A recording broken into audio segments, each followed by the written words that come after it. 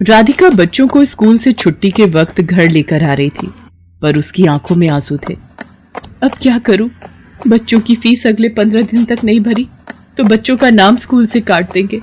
6 महीने की फीस कहां से लाऊंगी? मुझे कुछ समझ नहीं आ रहा। मम्मी, बर्गर खाना है, बर्गर लेकर दो ना। मम्मी, मुझे भी बर्गर खाना है। भैया, बर्गर कितने का दिया? 10 रुपए का आलू टिक्की और पनीर लगाकर 15 रुपए का है। 10 रुपए वाले 2 दे दो भैया। ये बर्गर बनाना कितना आसान है, अगर इसमें सब्जियां अच्छी लगाकर दो तो। ये लो आपके बर्गर। मम्मी, मुझे पनीर वाला खाना था। भैया ये लो 5 रुपए और पनीर लगा दो। बस इतना सा टुकड़ा पनीर का, इसके 5 रुपए। ऐसे तो तुम ग्राहकों को लूट रहे हो। बहन जी, 15 रुपए में अब इतना ही पनीर मिलेगा। हमें भी तो बचत करनी होती है। अगर एक ही बर्गर पर ढेर पनीर लगा दिया तो फिर हमने दुकान चला ली। और इतना ही कम लग रहा है तो खुद घर पर क्यों नहीं बना लेते बर्गर? बर्गर वाले की ये बात राधिका के मन में घर कर गई और उसके मन में विचार आया, अगर मैं बर्गर का काम खोल लूं तो मेरे पास भी इतने पैसे हो जाएंगे कि मैं भी घर के खर्चों में हरीश की मदद कर सकूंगी। और फिर बर्गर बनाना तो बहुत ही आसान है। घर जाकर माजी और हरीश से इस बारे में बात करती हूँ। राधिका हरीश और सास से बर्गर का ठेला लगाने की बात करती है। लो, कर लो बात राधिका बहू, अब तुम भी बच्चों सी बात कर रही हो। पता है हम औरतों का घर से बाहर निकलकर काम करना कितना मुश्किल है। हम औरतें घर के चूल्हा चौका ही निपटा लें, वही गनीमत है। पर माँ जी, आजकल बर्गर का काम बहुत चल रहा है। अगर मैं ये कर लूं तो इससे हरीश को भी पैसों में मदद मिलेगी। मुझे 15 दिन तक बच्चों की 6 महीने की फीस जमा करनी है। हरीश की सैलरी घर के किराए और खर्च में लग जाती है। दोनों मिलकर काम करेंगे तो घर खर्च में आसानी होगी। माँ, राधिका का मन है तो मुझे लगता है हमें राधिका को काम करने से नहीं रोकना चाहिए। अब तू भी इसका साथ दे रहा है? फालतू के पैसे खराब करेगी और हाथ कुछ नहीं आएगा, देख लेना। हरीश राधिका को 2000 रुपए देता है, पर उतने में तो बस थोड़ा ही सामान आ पाता है। राधिका परेशान हो जाती है। हरीश ने जो 2000 रुपए दिए थे वो तो कम पड़ गए। अभी तो ठेले वाले को एक दिन के 200 रुपए और गैस सिलेंडर आएगा 500 का। अभी और खर्चा करना बाकी है। मुझे कुछ काम उधार उठाकर करना होगा। बर्गर का ठेला लगाने के लिए राधिका को उधार में सामान लेना पड़ा। राधिका ने बर्गर का ठेला लगाना शुरू कर दिया, पर अभी नया नया काम था तो ग्राहक कम आ रहे थे। राधिका शाम के वक्त बर्गर का ठेला लगाती थी, पर जैसा उसने सोचा था वैसा बिल्कुल भी नहीं हुआ। मैंने सोचा था बर्गर बिक जाएंगे तो मेरी थोड़ी कमाई हो जाएगी, पर यहाँ पर तो एक भी बर्गर नहीं बिका। पता नहीं मेरी कमाई कैसे होगी। अगर कुछ दिन तक ऐसे ही चला तो माँ जी और हरीश मुझे इस काम के लिए मना कर देंगे। बहुत हिम्मत करके मैंने ये काम शुरू किया था। राधिका अभी ये सोच ही रही थी तभी वहां एक गरीब औरत अपने 2 बच्चों के साथ आती है। दीदी, बहुत भूख लगी है, मेरे बच्चे 2 दिन से भूखे हैं। अरे, तुमने 2 दिन से कुछ नहीं खाया? रुको, मैं अभी तुम तीनों को एक एक बर्गर देती हूँ। शुक्रिया दीदी, आज तुमने हमारा पेट भरा है, और जो भूखों का पेट भरता है भगवान उसे कभी भूखा नहीं रहने देते। तुम्हें जब भी भूख लगे तुम मेरे ठेले पर बेझिझक आ जाया करो, और यहाँ पर तुम अपने बच्चों के साथ अपनी भूख मिटा सकती हो। वो गरीब औरत अपने बच्चों को लेकर खुशी खुशी वहां से चली जाती है। राधिका घर आ जाती है, पर उस दिन उसकी कमाई नहीं हुई थी। ये देखकर उसकी सास गुस्सा करने लगती है।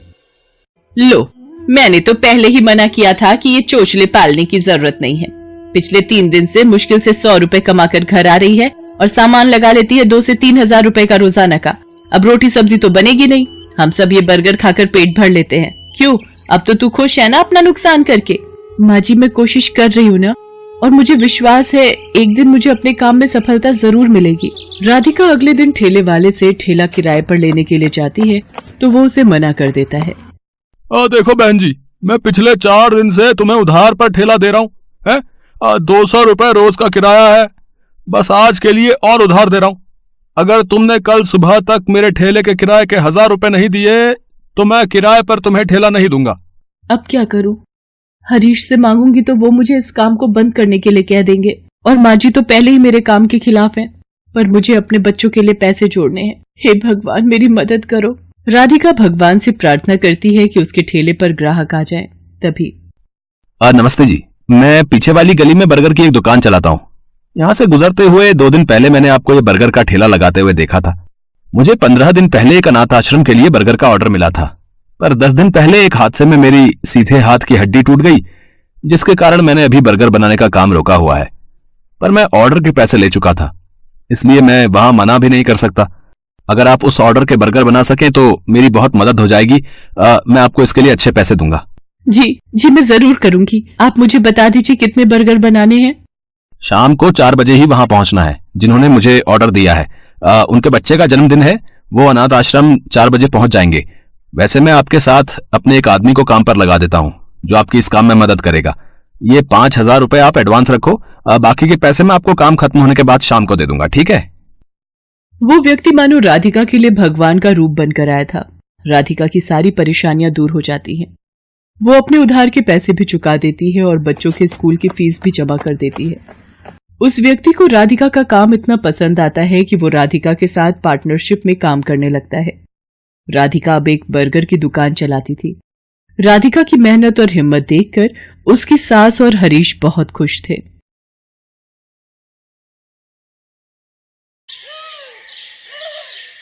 मुन्नी अपने 5 साल के भाई के साथ रेलवे स्टेशन पर टॉफी बेचा करती थी, पर वहां पर उसका व्यापार कुछ ठीक से नहीं चल रहा था, इसलिए वो फिर से सड़क पर ही टॉफी बेचने लगी। थोड़ी दूरी पर एक पिज्जा के ठेले पर बहुत सारे लोग पिज्जा खा रहे थे।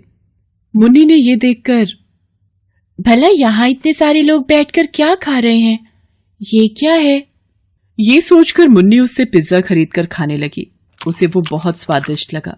अरे वाह, ये तो बहुत स्वादिष्ट है, ना जाने इसे कैसे बनाते हैं।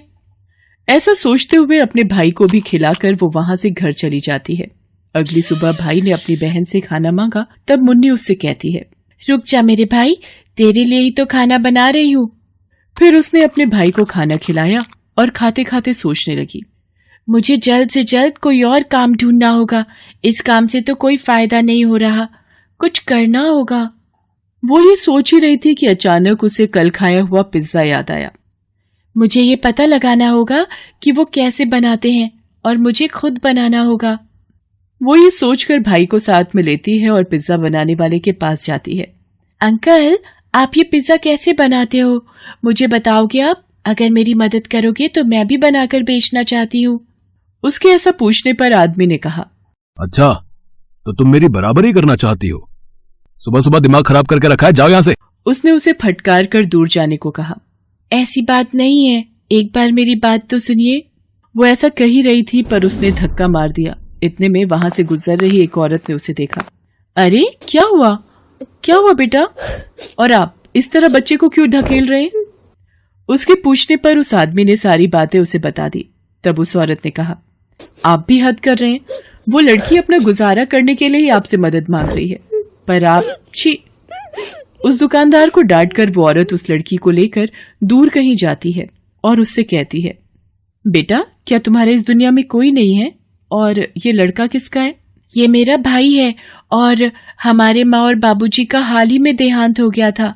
तब से हम दोनों ही रेलवे स्टेशन पर टॉफी बेचते हैं, पर मेरा व्यापार ठीक से नहीं चल रहा, नुकसान ही नुकसान हो रहा है। मेरी समझ में कुछ नहीं आ रहा है।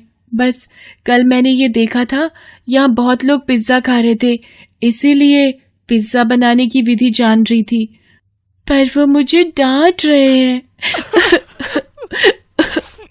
ये कहकर वो रोने लगी। ओहो, ठीक है बेटा, चिंता मत करो, ये मोबाइल रख लो, इससे तुम जो चाहे सीख सकती हो। इसमें देखकर तुम पिज्जा बनाने की विधि जान लेना, फिर खुद का व्यापार शुरू कर सकती हो। इस पर मुन्नी ने हामी भरी। मुन्नी ने उस औरत के दिए हुए मोबाइल से पिज्जा बनाने की विधि अच्छे से सीख ली। मुन्नी ने घर पर पिज्जा बनाने की विधि शुरू की। पहले 4 बार पिज्जा ठीक से नहीं बना, बहुत ही बेस्वाद बना था, पर उसने हार नहीं मानी और कोशिश करती रही, तो 5वां पिज्जा बहुत अच्छा बन गया। मुन्नी बहुत खुश हो गई। सुन भाई, अब ये पिज्जा बहुत अच्छा बन गया। अगर ये पिज्जा का काम चल गया तो समझो अपनी जिंदगी सुधर गई। ये सोचकर उसने अगले ही दिन रेलवे स्टेशन पर जाकर पिज्जा बनाना शुरू कर दिया। ताजा ताजा स्वादिष्ट पिज्जा लीजिए, ताजा ताजा स्वादिष्ट पिज्जा लीजिए। इस तरह आवाज देकर वो लोगों को पिज्जा बेचने लगी। बहुत कम दाम में बेच रही थी, इसलिए कई लोग आकर पिज्जा खरीद रहे थे। बहुत ही कम समय में सारे पिज्जा बिक जाने की वजह से वो घर जल्दी लौटी। भगवान जी, आज मुझे पूरे 1000 रुपए का फायदा हुआ। हर दिन ऐसे ही मुझ पर अपनी कृपा करना। इस तरह हर रोज पिज्जा के जरिए बहुत पैसे कमाने लगी। कुछ ही दिनों में उसने रेलवे स्टेशन पर एक छोटी सी दुकान जमा ली, जहां पर वो पिज्जा का व्यापार कर रही थी। उसका पिज्जा का व्यापार दिन दुगनी रात चौगुनी हो रहा था। इन सब के पीछे उस औरत का हाथ था। ये सोचती हुई वो घर लौटी। अपने माता पिता की तस्वीर के सामने खड़े होकर उसने, माँ बाबूजी, आप दोनों के बिना हमारी जिंदगी एकदम दुर्बल हो गई है। आज हम 3 वक्त की रोटी खा पा रहे हैं तो इन सब के पीछे उस औरत का हाथ है। उनका उपकार मैं कभी नहीं भूल सकती। जो जहां भी रहे खुश रहे। ऐसा आशीर्वाद आप उन्हें देते रहना, क्योंकि आपके बच्चों की खुशी का कारण वही है। और साथ ही साथ हमें भी आशीर्वाद दीजिए। इतने में पिज्जा का व्यापार करने वाला वो आदमी घर आ जाता है। ए लड़की, आज के बाद तू पिज्जा का व्यापार नहीं करेगी, और अगर ऐसा किया ना तो तुझे और तेरे भाई को मार दूंगा। क्यों भला? मैं आपकी बराबरी में ठेला थोड़ी लगाती हूँ। मैं तो रेलवे स्टेशन पर पिज्जा बेचती हूँ। तुमने वहां पर शुरू किया है, इसीलिए तो कोई मेरे पास से पिज्जा नहीं खरीद रहा है। इतने में मुन्नी की सहायता करने वाली वो औरत भी वहां पर आई। तुम ऐसा ही कुछ दुस्साहस करोगे, ये मैं जानती थी, इसीलिए मैं मुन्नी पर हमेशा नजर रख रही थी। तेरा कहा मैंने सब रिकॉर्ड कर लिया है, पुलिस को इसका सबूत दे दूंगी। अरे नहीं नहीं, ऐसा कुछ मत करना, मैं कुछ नहीं करूंगा। मैं जा रहा हूँ। ऐसा कहकर घबराकर वो वहां से भाग गया। मुन्नी रोते हुए उस औरत के गले से लग जाती है। बेटा, तुम्हें घबराने की कोई जरूरत नहीं है। तुम्हें जब भी जरूरत हो मैं यहीं पास में रहती हूँ और सब ठीक हो जाएगा। मैं चाहती हूँ तुम्हारा बड़ा नाम हो। इस तरह उस औरत ने धीरज दिया। मुन्नी बहुत खुश हुई। जैसे उसने कहा था, सच में मुन्नी का बहुत अच्छा नाम हुआ। इतनी छोटी उम्र में पिज्जा का व्यापार करने वाली ये एक लड़की थी, इसलिए न्यूज में भी उसका नाम आ रहा था। मुन्नी इन सब से बहुत खुश हो रही थी। उसे आगे बढ़ता देख उस औरत को भी बहुत खुशी मिली। इस तरह मुन्नी को उसकी मेहनत का फल मिल गया। Best buddies. Hello friends, thanks for watching this video. अगर आपको ये वीडियो पसंद आया है तो प्लीज लाइक, सब्सक्राइब, कमेंट्स करें इस वीडियो पर, और हाँ, शेयर करना भी ना भूलें। और भी मजेदार वीडियो देखने के लिए नीचे दिए गए बेल आइकॉन को दबाएं।